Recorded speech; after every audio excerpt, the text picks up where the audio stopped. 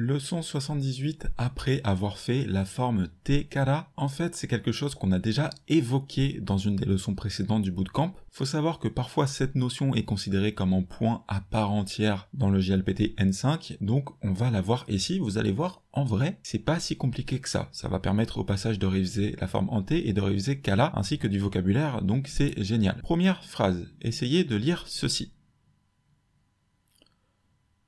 Eiga o mite kara kaerimasu. Eiga o mite kara kaerimasu. Qu'est-ce qu'on a alors? Eiga, je vous rappelle, c'est un film. On a o qui indique que c'est l'objet du verbe qui est juste derrière, c'est mite. Le verbe miru, voir, à la forme en te, du coup. Et on a le kara. C'est pour ça qu'on appelle cette forme la forme en te kara, vu que en fait, on va associer en verbe à sa forme en te, plus la particule kara. Et ensuite, on a kaerimasu, qui veut dire, je vous rappelle, rentrer. Connoté rentrer chez soi. Alors qu'est-ce qu'on a ici? Le kara, je vous rappelle, c'est la particule qui indique l'origine. De base, ça veut dire à partir de. Mais quand on dit à partir de, ça peut également prendre le sens de après. Pourquoi? Parce que à partir du moment où on dit à partir de, ce qui vient après la phrase, ça va être justement après. Donc là, quand on dit mite kara, la suite de la phrase, ça va se passer une fois que ceci a été fait. Donc quand en fait on utilise kara avec par exemple en nom, ça indique le lieu d'origine ou le point temporel d'origine, donc le point d'origine, mais quand on le met derrière en verbe comme ceci à la forme en te, ça va indiquer une chronologie. Dans le cas d'un verbe, on dirait après avoir fait Par exemple ici, mite kara, c'est après avoir vu. Après avoir vu. Donc après avoir vu un film, ou peut-être ici on dirait le film, après avoir vu le film, je vais rentrer. Après avoir vu le film, je vais rentrer. Ou en français, on pourrait également le dire dans le sens inverse. Je vais rentrer après avoir vu le film. Vous voyez que le kara, ici, il nous sert à exprimer la temporalité associée à un verbe. Il permet de nous dire après avoir fait l'action. Là, on peut se demander quelle est la différence avec tout simplement eiga o mite kaerimasu, qui est une phrase totalement correcte et naturelle en japonais que vous pourrez voir. C'est quoi la différence? C'est que quand on dit eiga o mite kaerimasu, ici, on n'insiste pas autant sur la chronologie. Effectivement, il y a quand même un ordre chronologique. C'est d'abord on regarde le film, puis on va rentrer. Mais c'est comme en français, on pourrait dire « je vais regarder le film et rentrer ». Je vais regarder le film et rentrer. On comprend la chronologie. Mais si on dit « je vais rentrer après avoir regardé le film », la chronologie est plus claire. On n'insiste plus sur la chronologie. Donc voilà, la forme en te seule indique déjà cette notion de chronologie. C'est déjà d'abord on regarde un film, puis ensuite je vais rentrer.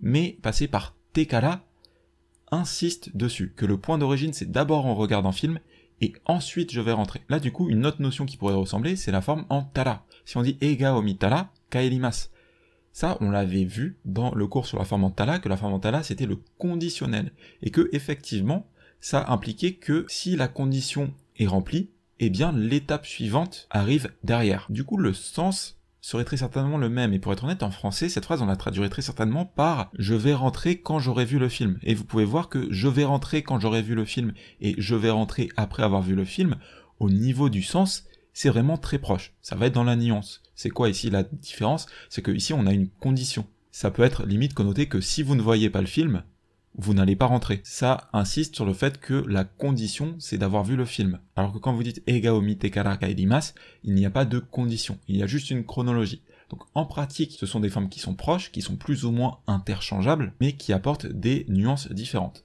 Attention, le piège c'est que la forme c'est bien te kara, parce que si vous mettez le verbe à la forme neutre, par exemple miru, eiga o miru kara kaerimasu, là ça prend un sens totalement différent. Qu'est-ce que ça prend comme sens? Ça, c'est un des tout derniers usages de la particule kara qu'on avait vu.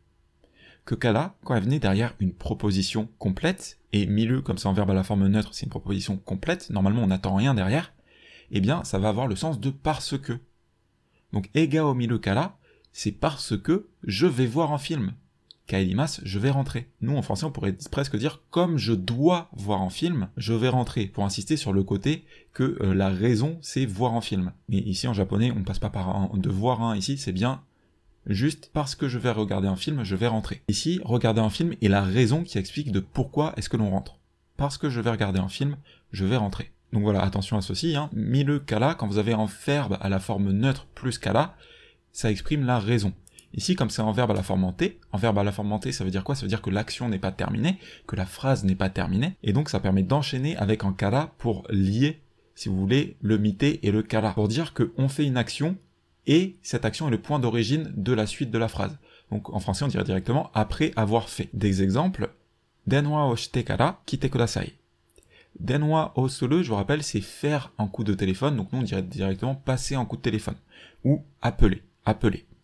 Denwa o shite kara, après avoir téléphoné, kite kudasai, veuillez venir. Après avoir téléphoné, veuillez venir, nous on pourrait dire veuillez venir après avoir téléphoné. Voire en français, nous on le dirait peut-être dans le sens inverse, on dirait veuillez téléphoner avant de venir.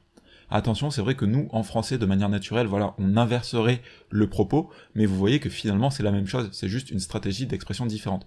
Qu'est-ce qu'on dit littéralement? On dit après avoir téléphoné, veuillez venir. Veuillez venir après avoir téléphoné, ou en français, nous on pourrait dire l'inverse, veuillez téléphoner avant de venir.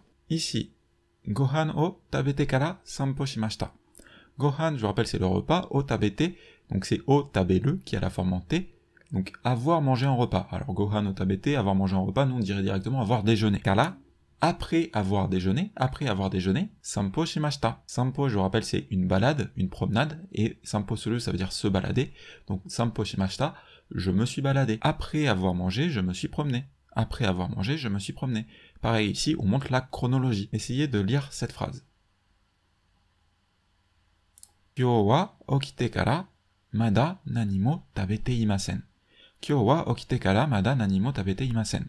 Qu'est-ce qu'on a ici? On a plusieurs notions là qui se mélangent. Essayez de mettre en pause et d'analyser un petit peu cette phrase. C'est bon? On va l'analyser du coup. Alors, kyou wa, en ce qui concerne aujourd'hui, ici, pas de difficulté. Okite kara. Okite, ça vient du verbe okiru. Okiru, qu'on a passé à sa forme en T, okite, et qui voulait dire se réveiller. Je rappelle, okiru, c'est se réveiller. Okite kara, depuis s'être réveillé. Alors, par défaut, on va parler de soi. Donc, nous, on va introduire un jeu ici, on va dire depuis que je me suis réveillé. Aujourd'hui, concernant aujourd'hui, depuis que je me suis réveillé, et on a mada. Mada, je vous rappelle, ça veut dire encore, on a nanimo. Nanimo, ça veut dire tout, sauf que quand il y a un verbe négatif derrière, du coup, ça veut dire rien. Puisque tout plus négation, en français, on dit rien. Donc, mada nanimo, c'est-à-dire encore rien, tabete imasen. C'est en fait le verbe tabe, manger, qui ici a la forme en te, ilu, le présent continu, être en train de manger. Et le ilu, on l'a passé à imasen. Donc la forme polie pour dire ne pas être en train de manger. Donc ça veut dire quoi? Je ne suis pas en train de manger. Ça peut faire un petit peu bizarre. C'est parce qu'il faut savoir que la forme en te, ilu, en plus d'indiquer une action qui se passe en cours, ça peut également indiquer un état.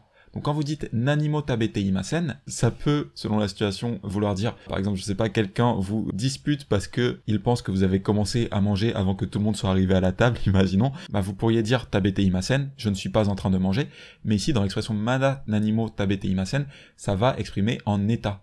Je n'ai encore rien mangé. Pourquoi est-ce qu'on passe par le présent continu? C'est parce que l'état est encore en cours quand on parle. C'est que on n'a rien mangé et que l'état est encore en cours. Et ça, l'état, il est en cours depuis quand? Okite kara, depuis que je me suis réveillé.